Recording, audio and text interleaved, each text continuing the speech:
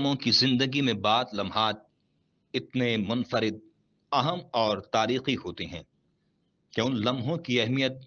اور حیثیت کا مقابلہ کئی صدیاں مل کر بھی نہیں کر سکتی۔ کہ منفرد اور قیمتی لمحات دراصل تاریخ کا وہ حساس موڑ ہوتے ہیں جہاں کوئی قوم اپنے لیے عزت و وقار اور غرور و تمکنت،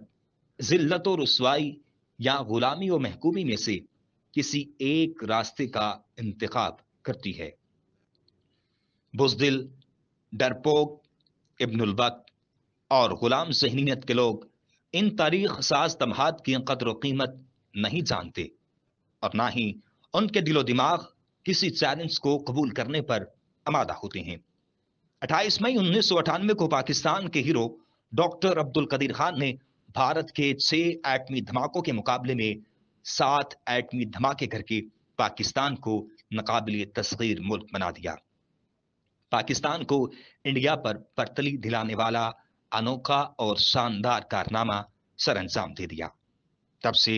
اس دن کو یوم تقدیر کے طور پر یاد رکھا جاتا ہے۔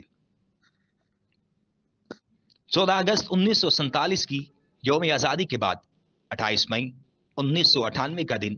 سپہر 3:20 کا وقت پاکستان کی تاریخ کا وہ تاریخ ساز لمحہ ہے جس کے احساس تفاخر نے پوری قوم اور عالم اسلام کے مسلمانوں کا سر غرور، فخر اور خوشی و استنباط سے بلند کر دیا۔ 28 مئی یوم تکبیر پاکستان، 28 مئی یوم تکبیر پاکستان کی تاریخ کا وہ دن ہے جس دن پاکستان نے بلوچستان کے مقام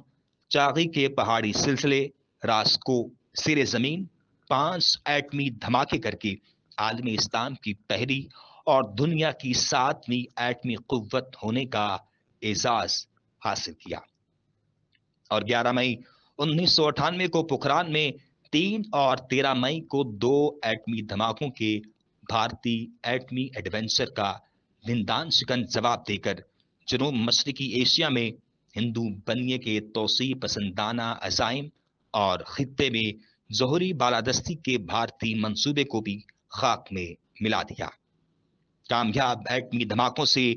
پاکستان کو دنیا کی 7ویں اور عالم اسلام کی پہلی ایٹمی قوت بننے کا اعزاز حاصل ہو گیا،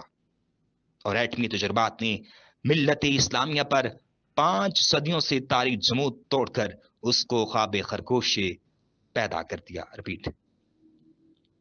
اور ایٹمی تجربات نے ملت اسلامیہ پر 5 صدیوں سے طاری جمود توڑ کر اس کو خواب خرگوش